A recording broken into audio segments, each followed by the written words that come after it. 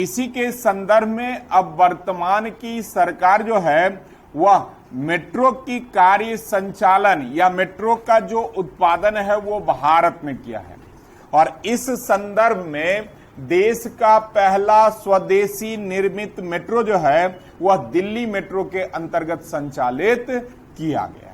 तो पहला पॉइंट लिखिए, दिल्ली मेट्रो की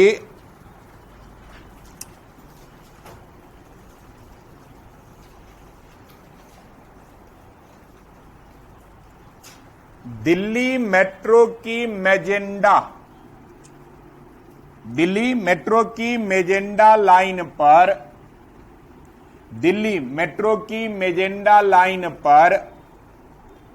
देश की पहली पूर्ण स्वचालित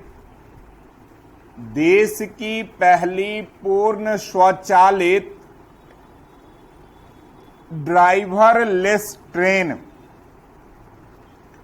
देश की पहली पूर्ण स्वचालित ड्राइवरलेस ट्रेन सेवा का उद्घाटन प्रधानमंत्री जी के द्वारा किया गया।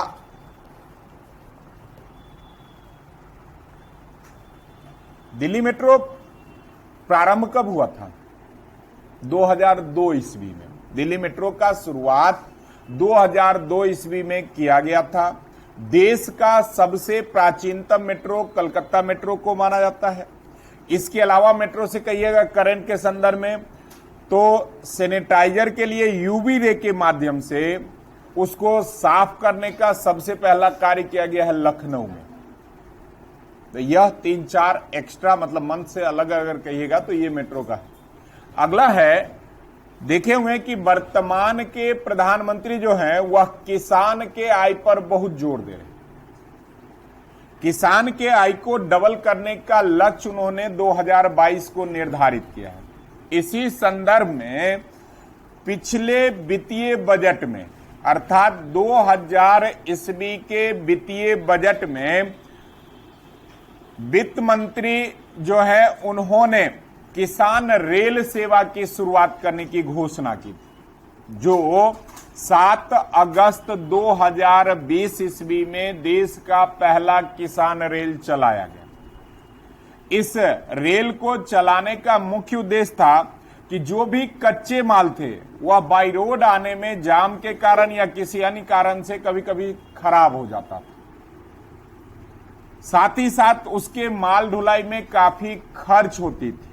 उसको कम करने और समय पर उसे पहुंचाने के लिए सरकार ने किसान रेल सेवा की शुरुआत की। उसका 100वां जो है 100वां ट्रेन वर्तमान में या जनवरी माह में प्रधानमंत्री जी के द्वारा उद्घाटन किया गया। तो लिखिए,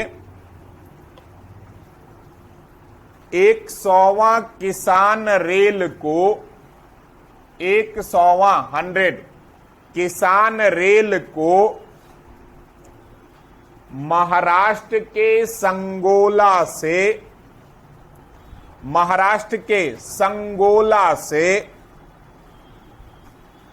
पश्चिम बंगाल के शालीमार के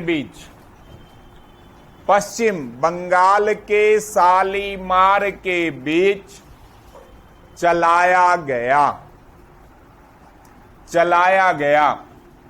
वहीं ब्रैकेट में कहीं लिख लीजिएगा, इसकी शुरुआत 7 अगस्त 2020 से।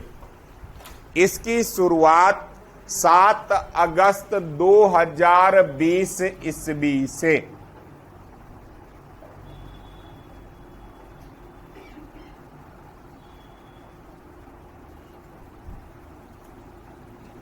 अगला है, वर्तमान में हम लोग जो बच्चे का खिलौना वगैरह वह अधिकांशतः चीनी वस्तु पर या चाइना के वस्तु पर निर्भर है।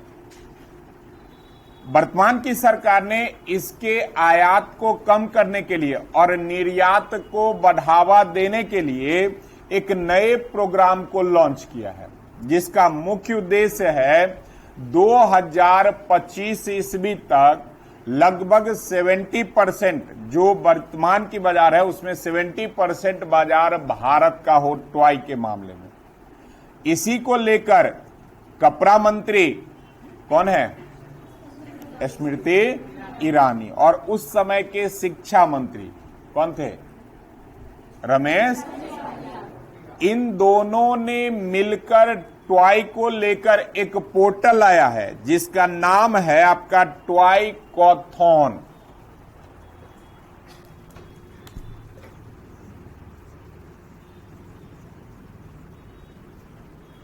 इसी नाम का पोर्टल कहिए या ई पोर्टल लाया गया है जिस पर जो भी संस्था या बाजार खिलौने से संबंधित कार्य को संपन्न करता है उसको लेकर यह लाया गया, जिसका मुख्य उद्देश्य है जो टॉय मैन्युफैक्चरिंग है उसमें वृद्धि करना और आयात को कम करना और निर्यात को बढ़ावा देना।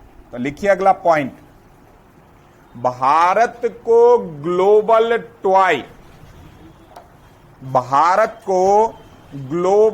Toy manufacturing hub, global toy manufacturing hub के रूप में, मैन्युफैक्चरिंग हब के रूप में विकसित करने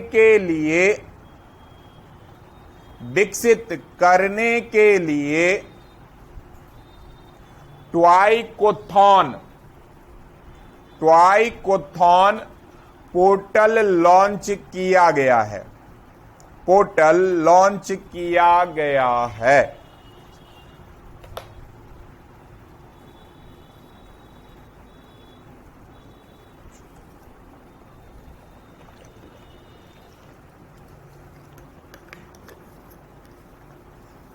अगला है, जब वर्तमान की सरकार का पिछले कार्यकाल था तो घोषणा किए हुए थे कि प्रत्येक व्यक्ति को आवास योजना, शायद आपको याद हो, उसी को लेकर 1 जनवरी 2021 ईस्वी को लाइट हाउस परियोजना की शुभारंभ की गई प्रधानमंत्री जी के द्वारा। यह देश में कुल 6 जगहों पर या कह सकते हैं 6 राज्यों में इसकी शुरुआत की गई, जिसमें सारा प्रक्रिया पहले से बना होगा। जैसे वर्तमान में देखते होंगे कि पुल वगैरह, जो आज उद्घाटन भी हुआ है, पुल वगैरह का जो पार्ट है वो पहले से बना हुआ रहता है और स्ट्रक्चर करके उसको तैयार कर दिया जाता है। ठीक उसी प्रकार से यह घर बनाया जाएगा।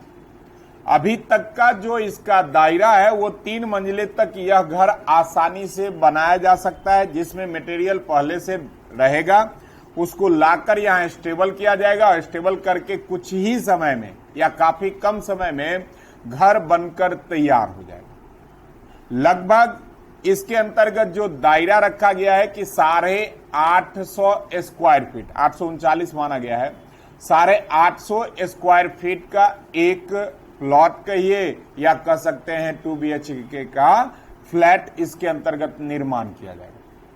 इसको ऐसे 6 जगहों पर लिया गया है जो समतलीय भूभाग भी हो, पठारीय भूभाग भी हो, कि कहीं भी इसे बनाने में काफी आसानी हो सके। तो लिखिएगा 1 जनवरी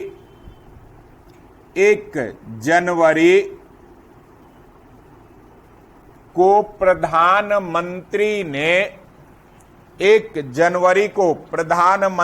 ने अगरतला रांची,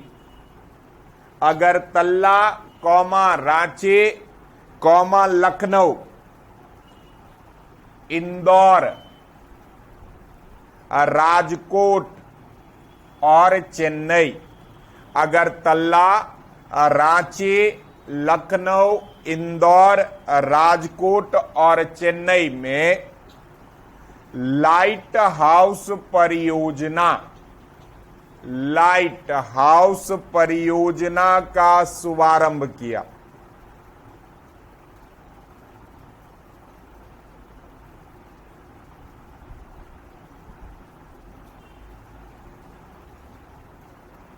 अगला है, भारत जो है अंतरराष्ट्रीय प्राकृतिक संरक्षण क्षेत्र। जैसा कि देखते होंगे कि बहुत सारी ऐसी संस्थाएं हैं जो विश्व स्तरीय कार्य करती है और जो संयुक्त राष्ट्र संघ के अधीन आकर कार्य को शामिल करता है। इसी के संदर्भ में अंतरराष्ट्रीय प्राकृतिक संरक्षण क्षेत्र है, जिसकी स्थापना 1948 में किया गया और इसका मुख्यालय स्विट्जरलैंड में। इसका एशिया प्रशांत क्षेत्र का या एशिया के क्षेत्र का प्रमुख भारत को बनाया गया है और यह अध्यक्षता भारत के पास 3 वर्षों के लिए रहे। तो अगला पॉइंट लिखिएगा, भारत 2023 ईस्वी तक, भारत 2023 ईस्वी तक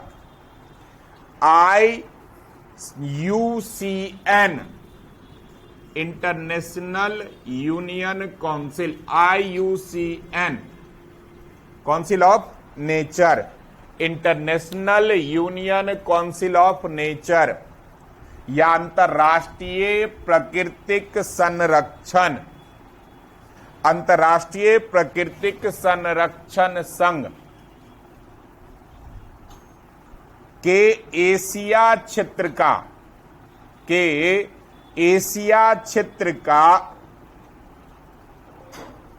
अध्यक्ष नियुक्त हुआ है, अध्यक्ष नियुक्त हुआ है। यह स्थान इसे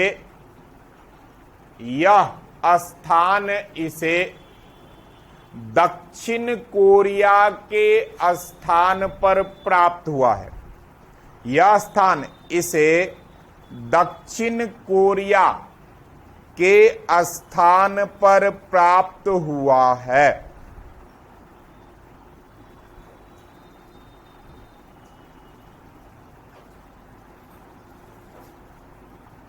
अगला है कोविड को लेकर जापान सरकार जो है वह 30 बिलियन येन जापान की मुद्रा है, भारत में सहायता प्रदान करने के लिए भारत सरकार को दिया है। तो लिखिए, कुछ वैसा है नहीं। कोविड के सहायता के लिए जापान सरकार ने 30 बिलियन येन, लगभग होगा रुपया में 2113 करोड़ 1213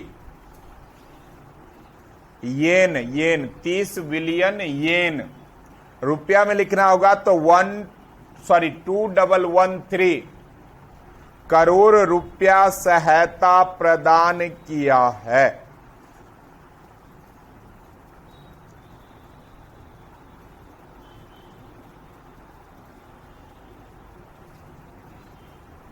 अगला है, वर्तमान समय में खादी जो है वह भी काफी डेवलप कर रहा है। खादी के द्वारा एक नेचुरल पेंट को लाया गया है, जिस पेंट की खासियत यह है कि यह किसी भी प्रकार के कीड़े मकोड़े से रोकता है। अगर घर में कीड़ा मकोड़ा का प्रवेश अधिक है तो उस पर यह प्रतिबंध लगाता है और यह बिल्कुल नेचुरल तरीके से तैयार किया गया है। इसीलिए इसका नाम है खादी प्राकृतिक पेंट, जिसका उद्घाटन या जिसे लॉन्च किया गया है परिवहन मंत्री नितिन गडकरी जी के द्वारा। तो अगला पॉइंट है खादी प्राकृतिक पेंट। खादी प्राकृतिक पेंट नामक एक पेंट को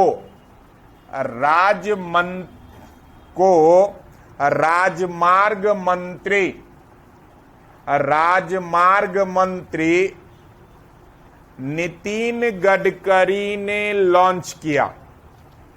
राजमार्ग मंत्री नितिन गडकरी ने लॉन्च किया,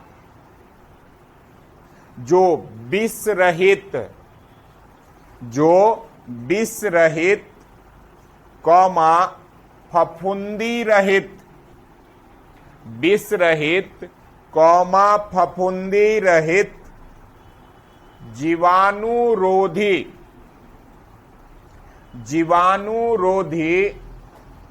गुणकारक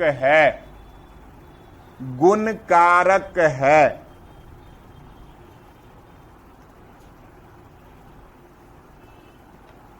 अगला है सक्षम। पेट्रोलियम मंत्रालय के द्वारा इसकी शुरुआत की गई है। पेट्रोलियम मंत्रालय वर्तमान में जो जीवाश्म ईंधन है इस पर नियंत्रण स्थापित करने के लिए और इसका सही उपयोग करने के लिए, क्योंकि आप सुनते होंगे कि पेट्रोलियम पदार्थ या ये जो संपदा है वो सीमित है और वर्तमान में इथेनॉल वगैरह पर काफी जोर दिया गया, तो इसके मिसयूज को कम करने के लिए, जीवाश्म ईंधन पर जोर देने के लिए पेट्रोलियम मंत्रालय ने एक कार्यक्रम लाया है। किस नाम से? सक्षम के नाम से। तो लिखिए, सक्षम नामक जन जागरूक अभियान की शुरुआत। सक्षम नामक जन जागरूक अभियान की शुरुआत पेट्रोलियम और प्राकृतिक गैस मंत्रालय, पेट्रोलियम और प्राकृतिक गैस मंत्रालय द्वारा प्रारंभ किया गया।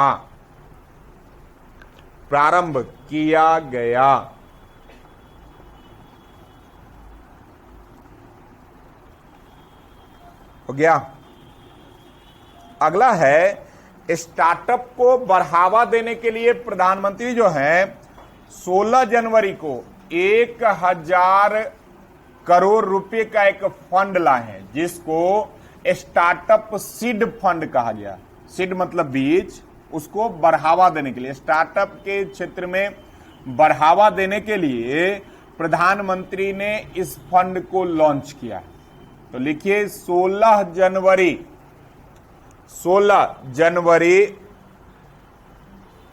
2021 को 16 जनवरी 2021 को 1000 करोड़ रुपया का 1000 करोड़ रुपया का स्टार्टअप इंडिया 1000 करोड़ रुपया का startup India seed fund, startup India seed fund को लॉन्च किया गया।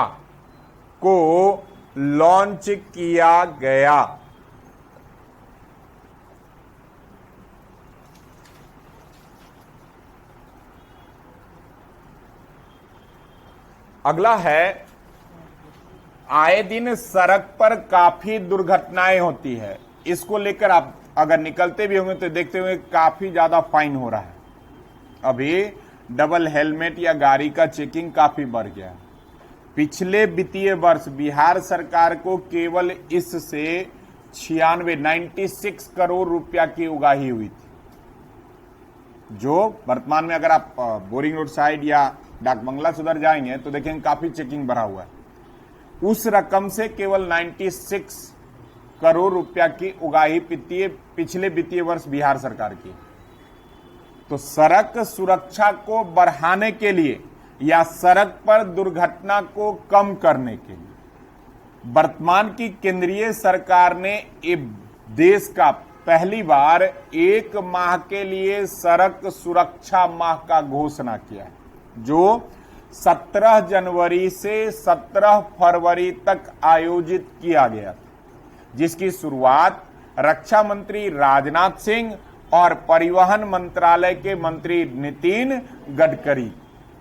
तो लिखिएगा अगला पॉइंट, 17 जनवरी 2021 ईस्वी से 17 जनवरी 2021 ईस्वी से 2021 ईस्वी से देश का पहला सड़क सुरक्षा माह देश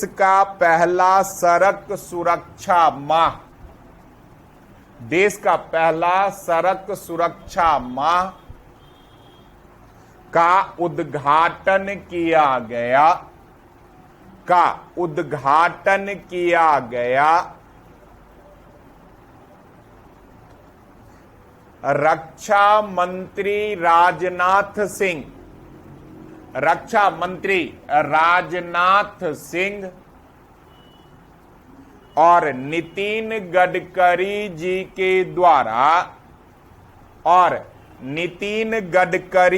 के द्वारा इसकी शुरुआत की गई।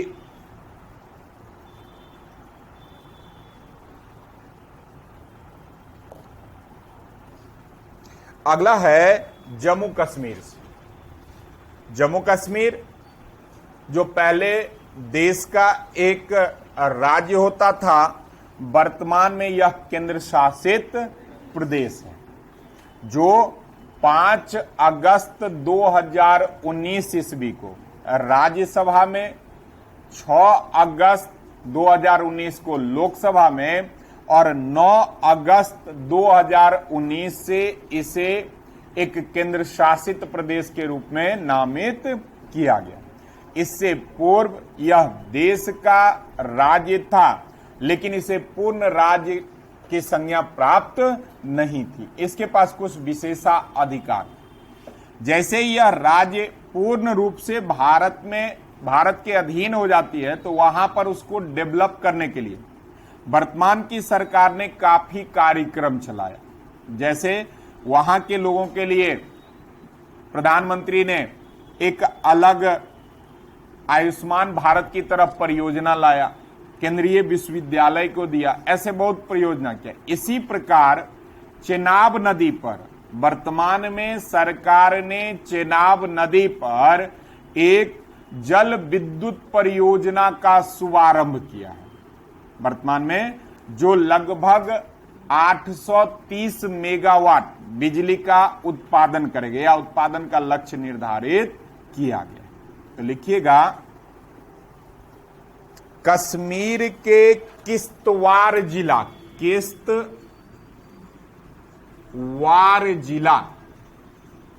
कश्मीर के किश्तवाड़ जिला में चिनाब नदी पर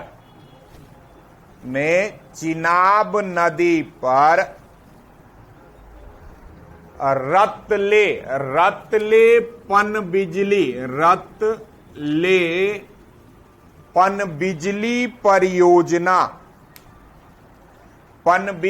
परियोजना प्रारंभ किया गया, जिसकी कुल लागत 5281.94 करोड़ है। 5281.94 करोड़ है।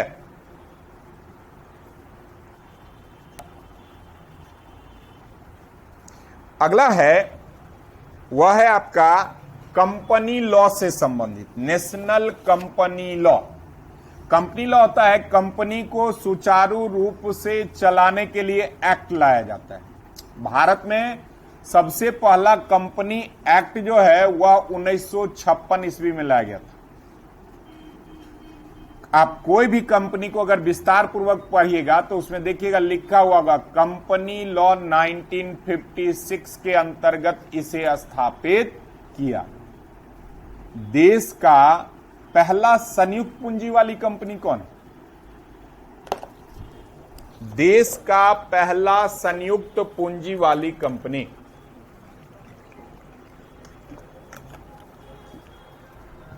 बताइए ना।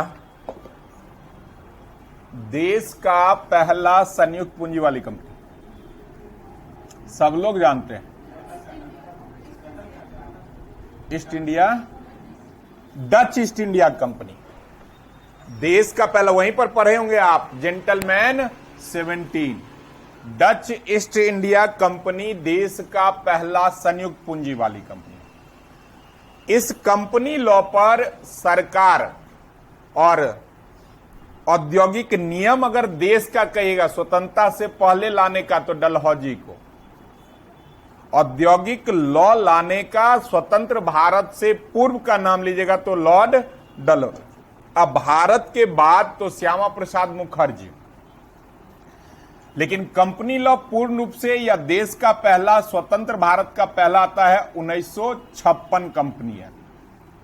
इस एक्ट के अंतर्गत वो सारा चीज दर्शाया जाता है जो कंपनी इसके माध्यम से कार्य करेगी, कि अगर कंपनी के पास लेबर हैं तो उसे पीएफ देना अनिवार्य होगा। कंपनी के पास जो लेबर है उसकी जो भी सुविधाएं हैं उसे अपने पोर्टल पर डालना पड़ेगा। सरकार समय समय पर इस पर परिवर्तन करती है। जैसे आप सुनते भी होंगे कंपनी लॉ 1991 ईस्वी में नया कंपनी लॉ लाया गया और एलपीजी योजना को लाया गया।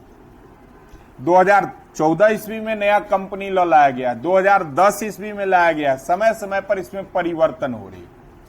इसका खंडपीठ या मुख्यालय अभी तक दिल्ली में स्थित था, लेकिन इस क्षेत्र का दायरा बढ़ जाता है तो इसका दूसरा खंडपीठ जो है वह दक्षिण भारत में मद्रास कहिए या चेन्नई में स्थापित किया जा रहा है। तो लिखिए अगला पॉइंट, वित्त मंत्री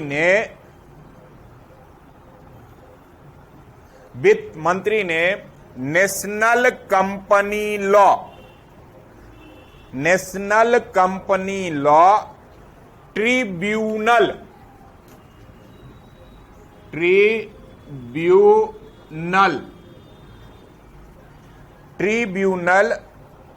का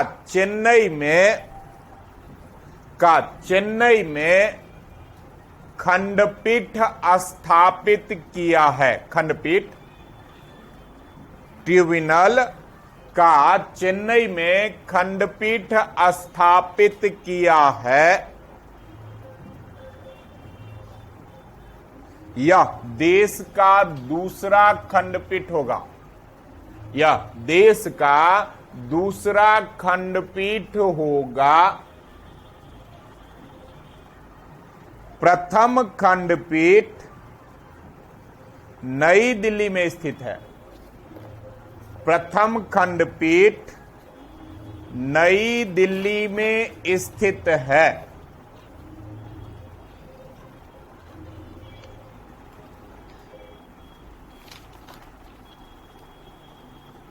लिख लिए। एक बार जितना लिखा है उसको नजर से देख लीजिए, कोई पॉइंट जो ना समझ में आया है या कुछ।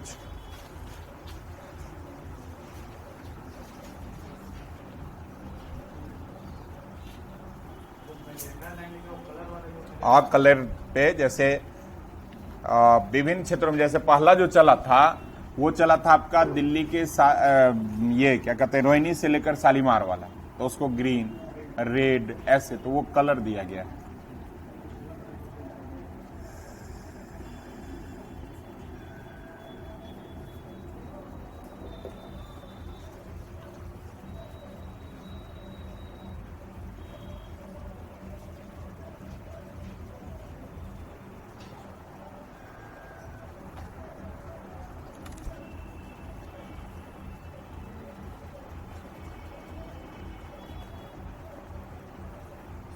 हाँ, कोई भी योजना के बारे में जैसे 1 जनवरी को प्राइम मिनिस्टर ने अगरतला, रांची, लखनऊ, इंदौर, राजकोट, चेन्नई में लाइट ऑन परियोजना का आयोजन किया, तो इस योजना के बारे में इस योजना में बताएं। नहीं, जैसे मतलब एक लाइन में इसको भी लिखा है। तो बताए तो थे, समझाए तो हैं। क्या लिखा दें? किसका?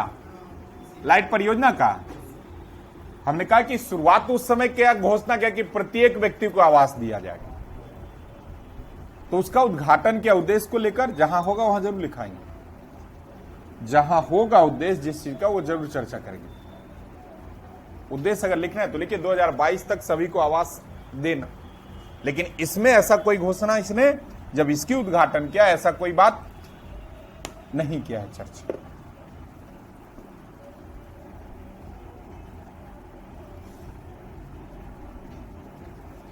देख लिए, चले आगे। पक्का ना?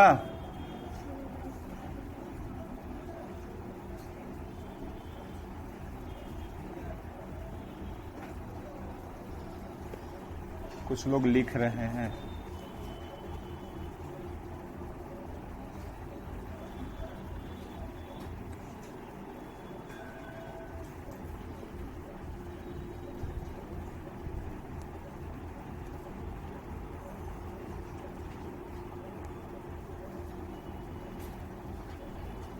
हो गया, चले आ गए। किस्तवार से क्या बताएं? सबका नजर यहां होना चाहिए, अब कॉपी पे नहीं। अब कॉपी कोई नहीं देखेगा।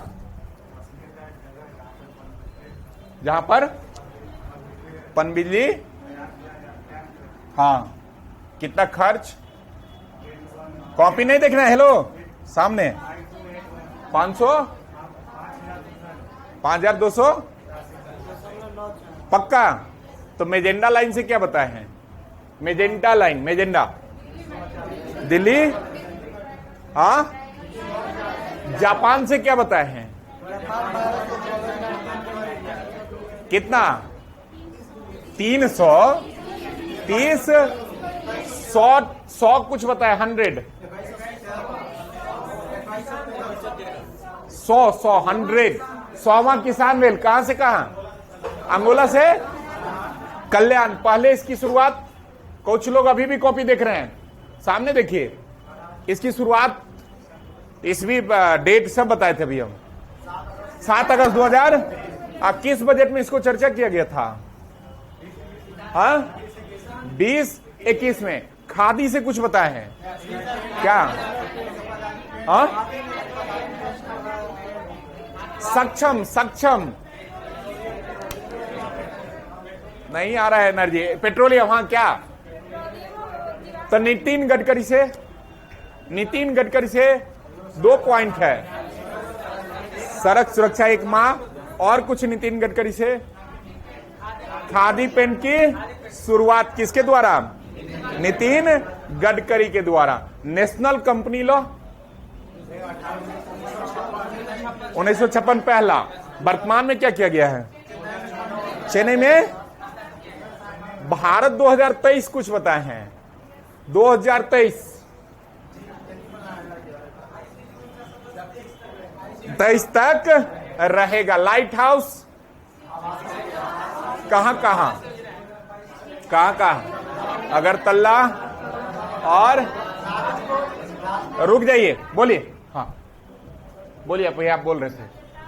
हाँ, कहां? महाराष्ट्र। आवाज में सब साथ देते हैं, ठीक ना? हाँ, कोई है 6 नाम बोलने वाला? बोलिए, आप बोल रहे थे, सही, ठीक। हाँ, इंदौर और चेन्नई। इंदौर और पक्का ना? चलिए, अगला है आपका पॉइंट, प्रधानमंत्री। हाँ, 1000 करोड़, 1000 करोड़ स्टार्टअप को लेकर, स्टार्टअप सीड परियोजना, बिल्कुल सही। इसके बाद आपके लिए है पॉइंट, सुरक्षा हो ही गया। 10-12 पॉइंट लिखा है ना अभी, पक्का ना? कंफर्म? 3 पॉइंट बता दीजिए अभी जो लिखा है। कोई व्यक्ति जो 3 पॉइंट बताएगा। हाँ, बोलिए, पहला हाथ खड़ा हुआ, बोलिए, कोई दिक्कत नहीं। किसके द्वारा? पूरा बोलिए। नितिन गडकरी, ठीक। कहां?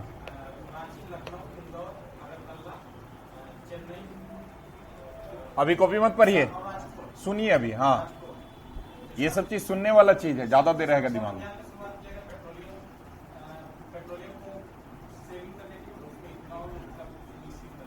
ठीक, इस 3 पॉइंट को छोड़कर आगे बताने वाला कोई? जापान ने कोरोना के सहायता के लिए 2113 करोड़ रुपया की सहायता प्रदान की है। ठीक, इसके बाद लेजेंडा लाइन 140 बिल्डिंग में ट्रैवल एक्सप्रेस को प्रधानमंत्री ने उद्घाटन किया है। 3 पॉइंट हो गया, छोड़ दीजिए। बाकी बचा हुआ इधर से नहीं, 10 पॉइंट में ही हल है, तो महीना बीतेगा तो क्या हल होगा?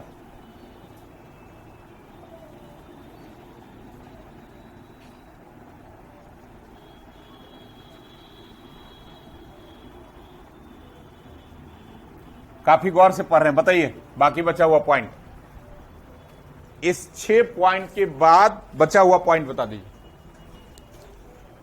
काफी देर से गौर से पढ़ रहे हैं, बताइए।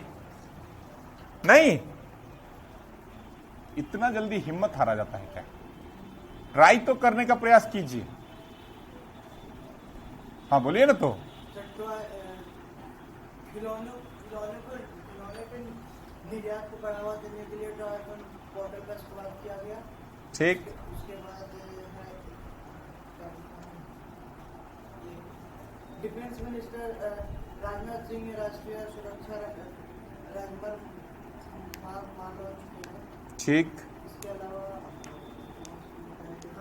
Company law national company law के द्वारा अभी खंडपीठ का इस्तेमाल किया गया। ठीक, चलिए अगला है बांधवगढ़ राष्ट्रीय टाइगर रिजर्व।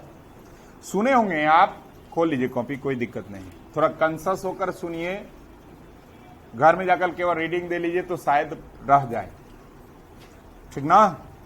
तो कंसस होकर थोड़ा सा सुनिए और थोड़ा एनर्जेटिक होकर। आपके चेहरे लटके रहते तो हमको भी डर लग जाता है, ठीक ना? तो थोड़ा ये मतलब कंपनी एक्ट 53 में आप पढ़े होंगे अगर, तो आप सुने होंगे कि डलहौजी ने मुंबई, लाहौर और अन्य जो आपका क्या कहिएगा उस समय बंदरगाह था, पोर्टल था, उसका आधुनिकीकरण करवाता है। मुख्य उद्देश्य होता है निर्यात को बढ़ावा देना। और कुछ चले आगे।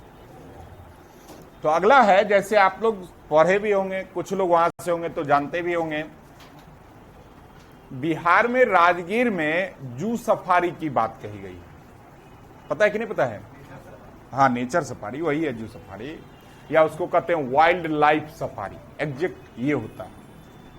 वाइल्ड लाइफ सफारी में क्या होता है कि उसमें मानव कैद हो जाता है और जानवर खुले रहते हैं। मतलब मानव को किसी गाड़ी में बंद कर दिया जाता है सुरक्षा के हिसाब से, कहीं कहीं पे तो ओपन गाड़ी भी रहते हैं सुरक्षा के हिसाब से, और उन्हें पूरे जंगल घुमाया जाता है जो वह रिजर्व क्षेत्र होता है। तो अभी तक यह गाड़ी से होता था। अब इसकी सुविधा, प्रथम शब्द है तो संभावित सवाल कर सकते हैं, इसकी सुविधा वर्तमान की सरकार के द्वारा, या कह सकते हैं मध्य प्रदेश की सरकार के द्वारा, बांधवगढ़ टाइगर रिजर्व में एयर बैलून होता है ना, जानते हैं ना, कि नीचे से उसमें आग लगाकर उसके एयर के माध्यम से उड़ाया जाता है। तो देश का पहला बैलून वाइल्ड सफारी जो है, इसकी शुरुआत मध्य प्रदेश के द्वारा किया गया है। यह सबसे अधिक इसका जो प्रचलन है वह साउथ अफ्रीका के जंगलों में किया जाता है। तो लिखिए अगला पॉइंट, राज्य मंत्री विजय शाह ने बांधवगढ़ टाइगर रिजर्व में भारत की पहली hot air balloon hot air balloon wild life safari, wild life safari की शुरुआत की, वाइल्ड लाइफ सफारी की शुरुआत की।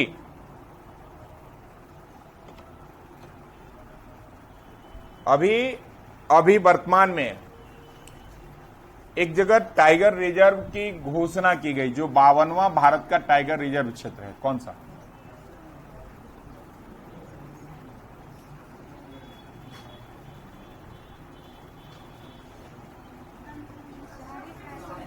कहां? असम में 2 किया था, उसके बाद लास्ट अभी हुआ राजस्थान में। बिल्कुल सही, राजस्थान में। चलिए अगला जो है वह है प्राग कनकर्ता पार्क। वर्तमान में छोटे छोटे कीड़े मकोड़े, जैसे बचपन में अगर आप बटरफ्लाई देखते होंगे, अब कम देखते होंगे। इसको संरक्षित करने के लिए, परागकण को बढ़ावा देने के लिए उत्तराखंड सरकार ने एक रिजर्व पार्क या कह सकते हैं परागन पार्क की स्थापना की। तो लिखिए, उत्तराखंड के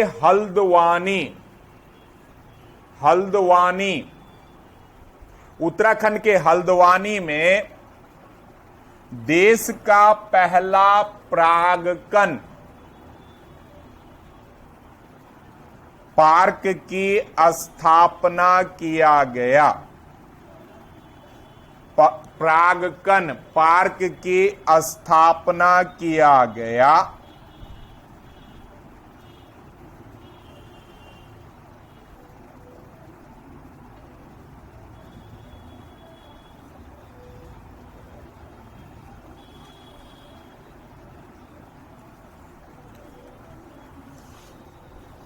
अगला है वह है आपका मध्य प्रदेश सरकार जो है। जैसे आप देखते होंगे कि अभी कोविड को ही उदाहरण ले लें, तो कोविड में बहुत सारे ऐसे बच्चे होंगे जो अनाथ हो चुके हैं, जिसका देखभाल करने वाला कोई नहीं होता है, तो उसे एक संस्था के अधीन शामिल कर दिया जाता। तो महाराष्ट्र सरकार जो है इन अनाथ बच्चों के लिए एक स्कीम लाया है। वो अनाथ बच्चे जो 18 वर्ष के बाद बाहर निकलकर वो अपने उच्च एजुकेशन प्राप्त कर सके, ताकि उसकी जो एजुकेशन की रिदमता है उसमें कमी ना हो, वो बीच में ही शिक्षा को छोड़कर वापस न चला जाए, इसको लेकर एक स्कीम को लॉन्च किया। तो लिखिए,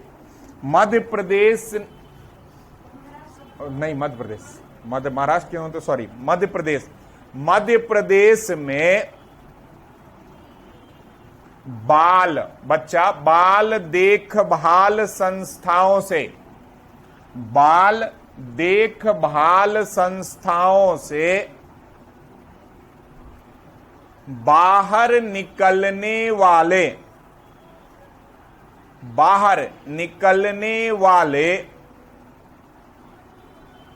और 18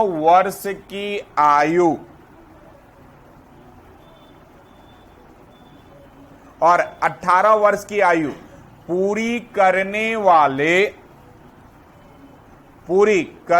वाले बच्चों के लिए एक लॉन्च पैड योजना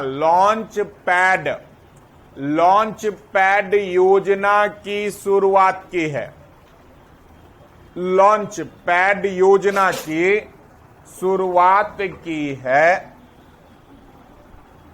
जिसका उद्देश्य वह अपनी शिक्षा और प्रशिक्षण को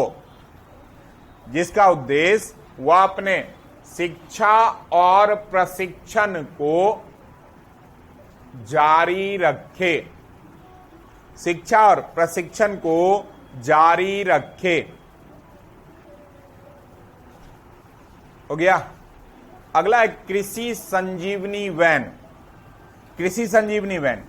कर्नाटक के उस समय मुख्यमंत्री थे येदियुरप्पा।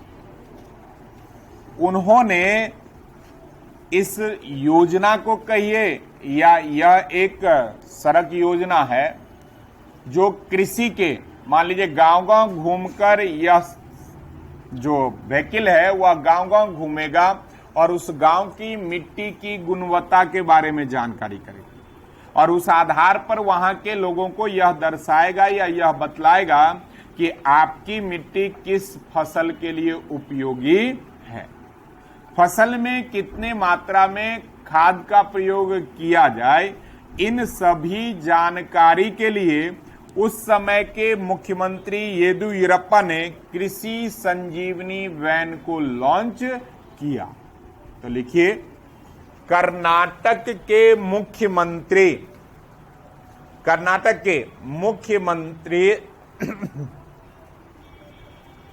ने कृषि संजीवनी वैन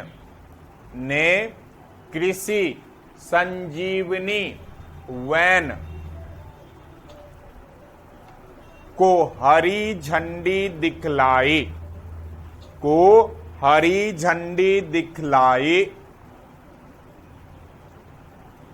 इसका मुख्य उद्देश्य गांव के क्षेत्र में जाकर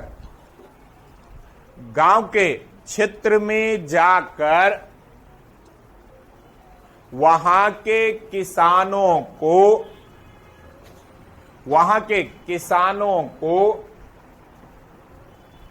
मिट्टी की गुणवत्ता का जानकारी देना, मिट्टी की गुणवत्ता का जानकारी प्रदान करना, मिट्टी की गुणवत्ता का जानकारी प्रदान करना। अगला है उड़ीसा से फायर पार्क। लोगों में सेफ्टी की भावना को जागृत करने के लिए वहां की सरकार ने अग्निशामक विभाग के सहयोग से एक फायर पार्क को लॉन्च किया, जिसमें अगर आप जाएंगे वहां विजिट करने तो वो सारी जानकारी प्रदान किया जाएगा कि अगर कहीं पर फायर होता है या आग लग जाती है तो उससे कैसे सुरक्षा प्राप्त किया जा सकता। क्योंकि हम सभी लोग जानते हैं कि उड़ीसा में अक्सर आपदा की घटना घटित होती रहती है। जैसे कुछ समय पहले भी आप सुने होंगे कि यास तूफान वगैरह आया था तो उसको नष्ट किया, तो बिजली वगैरह से वहां काफी आगे लगती है। तो इसी के कारण सेफ्टी की भावना में जागरूक प्रदान करने के लिए उड़ीसा सरकार ने भुवनेश्वर में फायर पार्क की स्थापना की। तो लिखिए, उड़ीसा की सरकार ने, कौन है मुख्यमंत्री? उड़ीसा के मुख्यमंत्री ने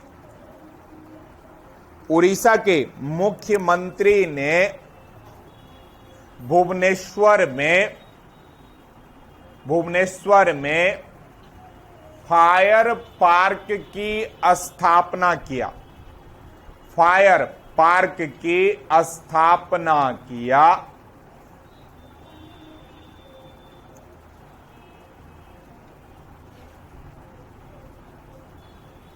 अगला है, जैसे आजकल बहुत सारा चीज ऑनलाइन हो गया है, उसी प्रकार हिमाचल प्रदेश के मुख्यमंत्री जयराम ठाकुर, अनुराग ठाकुर का नाम सुने हैं? कौन है? अभी उन्हीं के पिता है जयराम ठाकुर। तो मुख्यमंत्री जयराम ठाकुर ने हिमाचल प्रदेश में ऑनलाइन रेडियो को लॉन्च किया है। ऑनलाइन रेडियो का नाम है रेडियो हिल्स, हिल्स मतलब पहाड़, रेडियो हिल्स यंगिस्तान का दिल।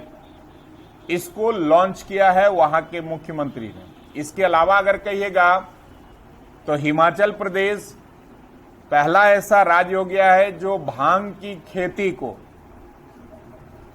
सरकारी रूप से अनुमति दे दिया है, जिसका उपयोग दवा बनाने और ब्यूटी क्रीम बनाने में किया जाएगा।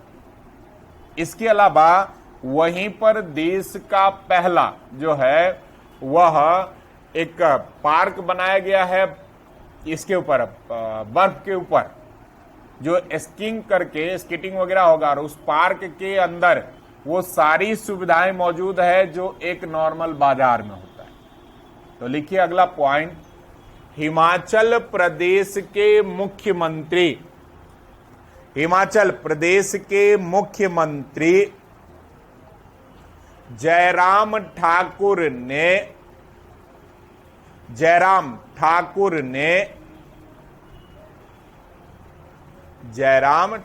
ने प्रदेश का पहला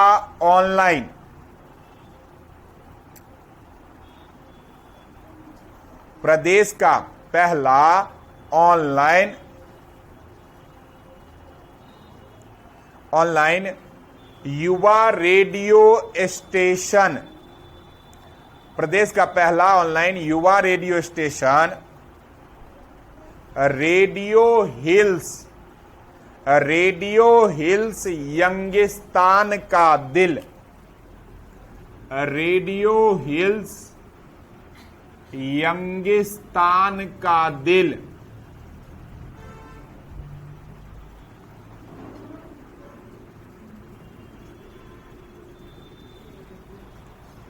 यंगिस्तान का दिल लॉन्च किया है। अगला है वो है आपका ए भोल काना। यह कर्नाटक सरकार लॉन्च किया है एक पोर्टल, जिस पोर्टल पर वहां के सरकार की जो भी सुविधाएं और व्यवस्था है, लगभग 1800, उसकी जानकारी इस पोर्टल पर कर्नाटक की सरकार के द्वारा दिया जाए। तो लिखिए, कर्नाटक सरकार ने ए वोल्काना सॉफ्टवेयर लॉन्च किया है, जिसका मुख्य उद्देश्य सरकार के लगभग 1800 कार्यक्रमों को दिखलाया जाएगा या बतलाया जाएगा। 1800 कार्यक्रमों को दिखलाया जाएगा या बतलाया जाएगा।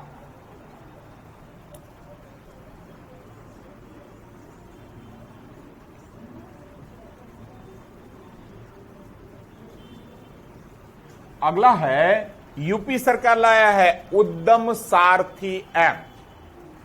इस पोर्टल पर यूपी सरकार राज्य के अधीन जो भी रोजगार है, चाहे वह सरकारी क्षेत्र का है या किसी प्राइवेट क्षेत्र का है, छोटे से छोटे स्तर तक के, इवन अगर दुकान में भी व्यक्ति की आवश्यकता है तो इस पोर्टल पर उसकी सुविधा प्रदान की गई है। तो यह यूपी सरकार के द्वारा उद्यम सारथी ऐप लाया गया है, जिसमें सरकार के जो भी आवश्यकता होगी या कर्मचारी या रोजगार से संबंधित चीजों को, और साथ ही साथ प्राइवेट क्षेत्र में रोजगार से संबंधित चीजों को यहां पर दर्शाया जाए। तो लिखिए, यूपी ने या यूपी सरकार ने 24 जनवरी 2021 को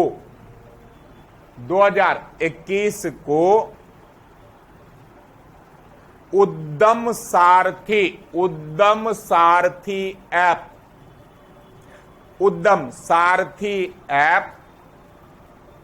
लॉन्च किया है, जो राज्य भर में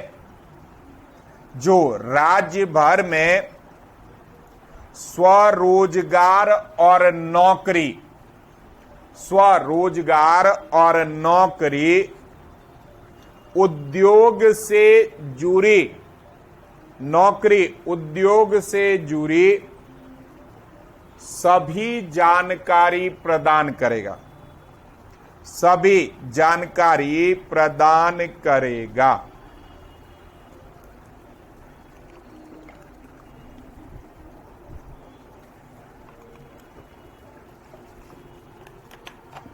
राष्ट्रीय बालिका दिवस कब मनाया जाता है? 24 जनवरी, बिल्कुल सही। इसी अवसर पर उत्तराखंड सरकार ने एक बच्ची, नाम है आपका सृष्टि गोस्वामी, इनको एक दिन का क्या बनाया गया है? एक वहां की सरकार और दूसरा मध्य प्रदेश सरकार ने लाया पंख योजना। तो लिखिए, राष्ट्रीय बालिका दिवस नहीं याद हो तो 24 जनवरी राष्ट्रीय बालिका दिवस पर हरिद्वार की सृष्टि गोस्वामी को, पर हरिद्वार की सृष्टि गोस्वामी को एक दिन का मुख्यमंत्री नियुक्त किया गया। एक दिन का, सृष्टि गोस्वामी को एक दिन का मुख्यमंत्री नियुक्त किया गया।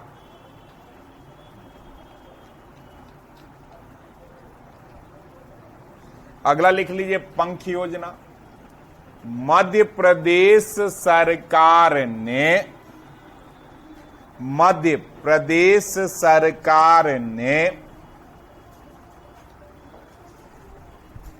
राष्ट्रीय बालिका दिवस के अवसर पर, राष्ट्रीय बालिका दिवस के अवसर पर पंख, PANKH, पंख योजना को प्रारंभ किया, योजना को प्रारंभ किया। किसका अध्यक्ष? मुख्यमंत्री वहां के। अगला है, यरवदा जेल का नाम सुने हैं? उद्देश्य है बालिकाओं में सुरक्षा प्रदान करना।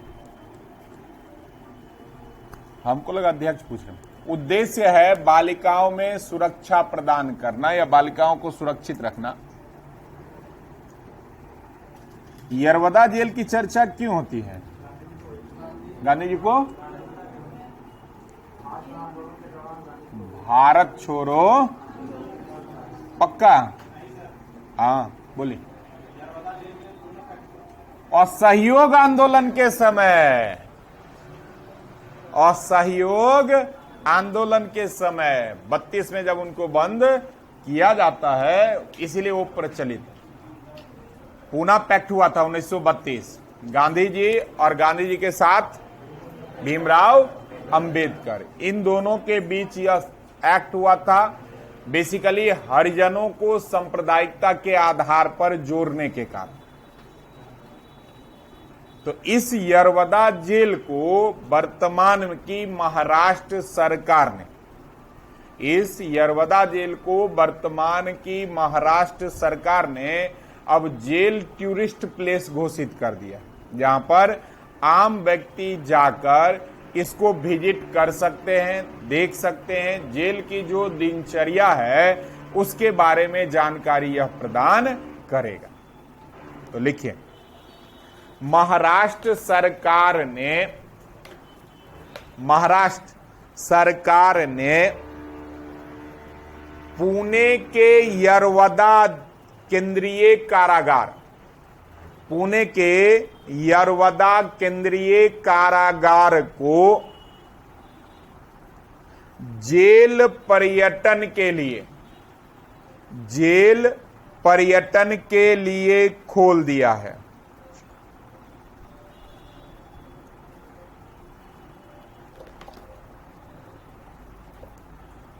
अगला है केरल के कोझिकोड, कोझिकोड यह जगह है वहां का, यहां पर जेंडर पार्क लॉन्च किया गया है।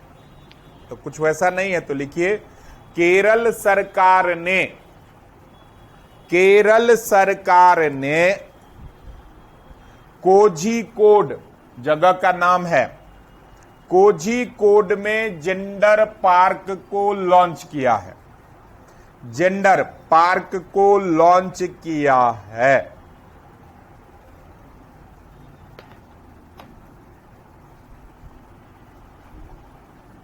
अगला है श्रम शक्ति अभियान या पोर्टल। जनजातीय मामले के मंत्री अर्जुन मुंडा, इन्होंने गोवा में इस पोर्टल या श्रम शक्ति पोर्टल को लॉन्च किया है, जिसका मुख्य उद्देश्य है अप्रवासी मजदूरों को रोजगार प्रदान करने के। तो लिखिए, जनजाति मामले के मंत्री, जनजाति मामले के मंत्री अर्जुन मुंडा ने गोवा में श्रम शक्ति पोर्टल को लॉन्च किया है। श्रम शक्ति पोर्टल को लॉन्च किया है, जिसका मुख्य उद्देश्य अप्रवासी मजदूरों को रोजगार प्रदान करना।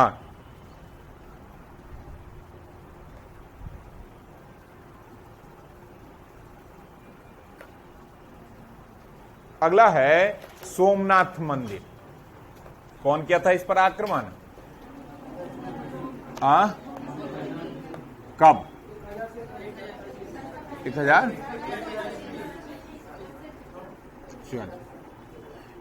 इस सोमनाथ मंदिर ट्रस्ट का अध्यक्ष प्रधानमंत्री को बनाया गया। यह देश के दूसरे प्रधानमंत्री होंगे जो इस बोर्ड के अध्यक्ष होंगे।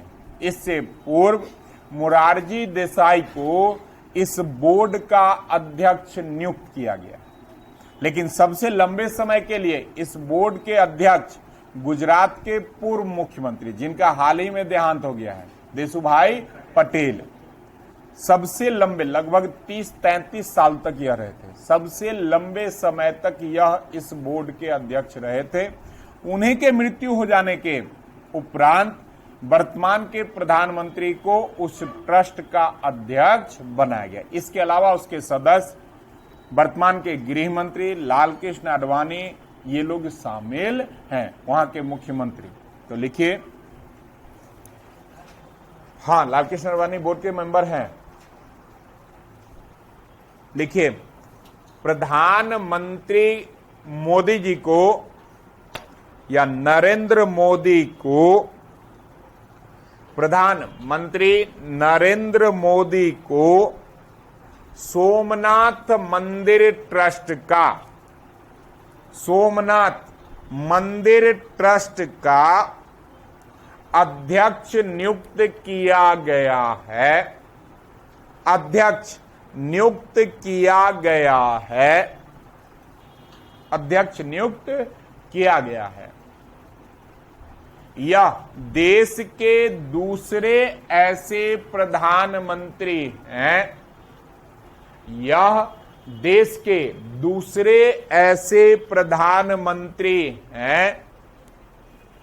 जो इस ट्रस्ट के अध्यक्ष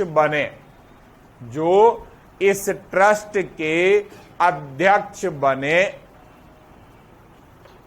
इनसे पूर्व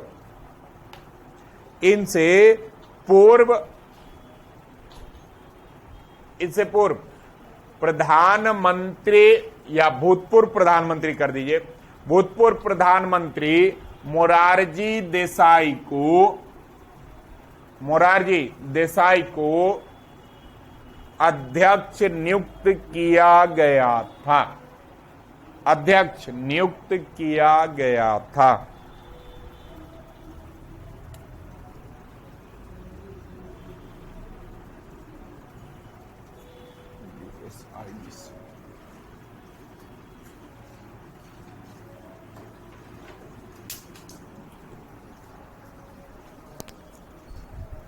USIBC, यूएस मतलब अमेरिका इंडिया बिजनेस काउंसिल। एक दो पेपर पीछे आप देखे होंगे, इस पर मेंस में भी करंट पूछा हुआ था। संवाद का नाम था 63 में पूछा हुआ था, नहीं आ रहा दिमाग में उसी समय इसका। हाँ 2+2 वार्ता वही है ये, thank you. US India business council, इसका मुख्य उद्देश्य है भारतीय बाजार में अमेरिकी वस्तु और अमेरिकी बाजार में भारतीय वस्तु को बढ़ावा देना। जो कि आप देखे भी होंगे पिछले वित्तीय वर्ष में कि भारत में जो आयात का या व्यापारिक लेन देन में चाइना को पीछे छोड़कर अमेरिका क्या हो गया था, बढ़ गया था कुछ समय के लिए, बाद में फिर चाइना आ गया। तो बढ़ावा देने के लिए इस बोर्ड काउंसिल की स्थापना की गई। तो इसमें प्रत्येक वर्ष जो है उपाध्यक्ष की नियुक्ति होती है, जो वहां के लोगों के साथ मिलकर और वहां के लोग यहां के व्यापारिक वर्गों से मिलकर व्यापार को बढ़ावा दें। इस बोर्ड काउंसिल के लिए 3 व्यक्ति को भारत ने नियुक्त किया है, जिसमें है पहला आपका किरण मजुमदार शॉ। यह किस कंपनी की मालिक है? बायोकेम जो कंपनी है दवा की, उसकी किरण मजुमदार शॉ। दूसरा है मिलिंद पंत, ये किस कंपनी के? एमवे का नाम सुने हैं? उसके एमवे, और ये एक तरह से कहिए चेन मार्केट सिस्टम है एमवे। जैसे वर्तमान में ये सब चला था ना आरसीएम वगैरह, तो एमवे काफी पुराना है। और तीसरा है वो है आपका नाम एडवर्ड नाइट, यह नेस्डैक कंपनी है, उसके अध्यक्ष हैं। इन तीनों को इस बोर्ड ऑफ काउंसिल का उपाध्यक्ष नियुक्त किया गया। तो लिखिए USIBC 2021, USIBC 2021 global board of directors, global board of directors के उपाध्यक्ष के रूप में, उपाध्यक्ष के रूप में किरण मजुमदार शॉ, कॉमा मिलिंद पंत और एडवर्ड नाइट, मिलिंद पंत और एडवर्ड नाइट लिख दें क्या? एडवर्ड नाइट को नियुक्त किया गया है,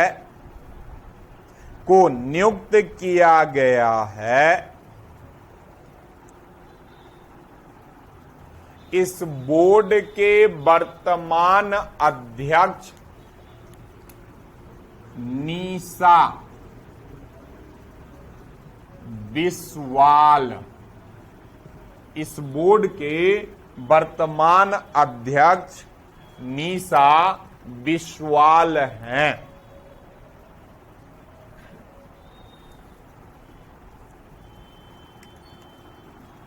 अगला है 23 जनवरी को सुभाष चंद्र बोस जी का क्या मनाया जाता है? जयंती। उसको पराक्रम दिवस की घोषणा की गई है। तो लिखिए इनके नाम पर एक ट्रेन को भी नामित किया है, कालका मेल, वही कालका मेल एक्सप्रेस, उसका नाम रख दिया है नेताजी सुभाष एक्सप्रेस। तो लिखिए 23 जनवरी को पराक्रम दिवस के रूप में मनाने की घोषणा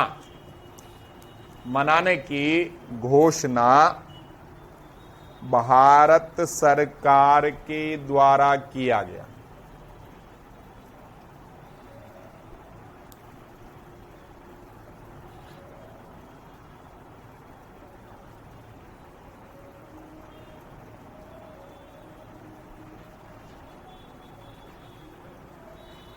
देख लीजिए एक बार पुनः।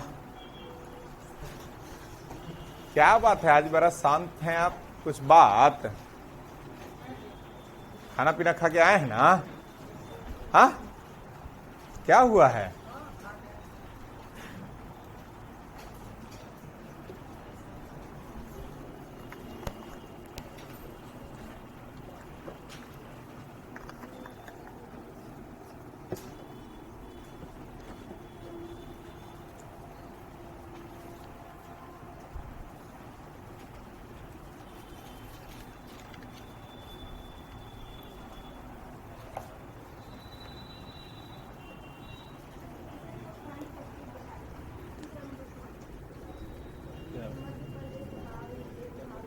अच्छा, जैसे मान लीजिए वो बच्चा जिसका कोई देखभाल करने वाला, उसको अनाथालय में दिया जाता है ना, तो अनाथालय में एक सीमा तक रहता है।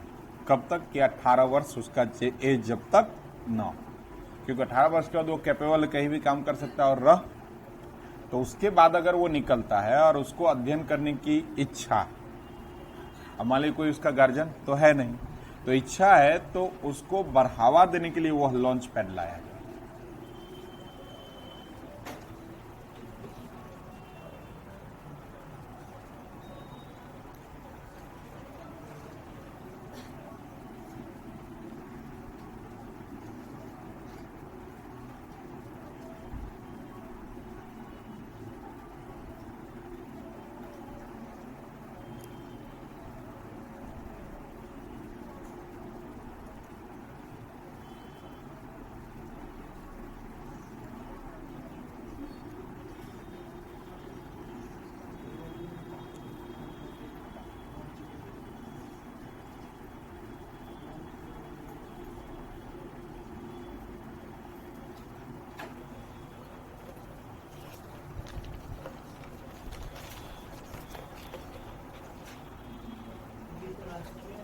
हाँ, अभी राष्ट्रीय ही है, अभी और है राष्ट्रीय, इतना आसान नहीं है करेंट। अंतरराष्ट्रीय फिर हाँ, सॉइल हेल्थ कार्ड दूसरा है। सॉइल हेल्थ कार्ड में केवल सॉइल के बारे में, लेकिन इसका मुख्य उद्देश्य है कि एग्रीकल्चर में कैसे बढ़ावा दें, सॉइल को देखना। जैसे मान लीजिए बहुत सारे किसान अपने ही यहाँ लेते हैं, तो उनको पता है कि जलोढ़ मिट्टी में किसका उपज होगा किसका नहीं होगा, वो तो पुरानी जो खेती होती आ रही है उस पर जोर दिया।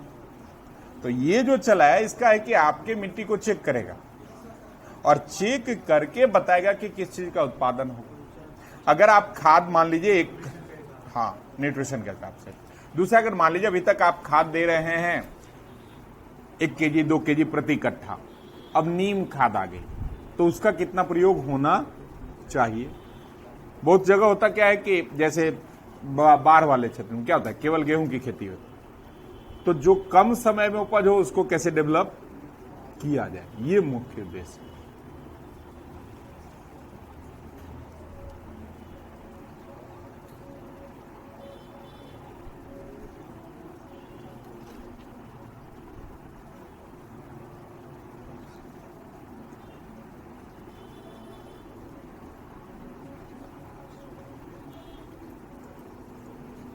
चले आगे।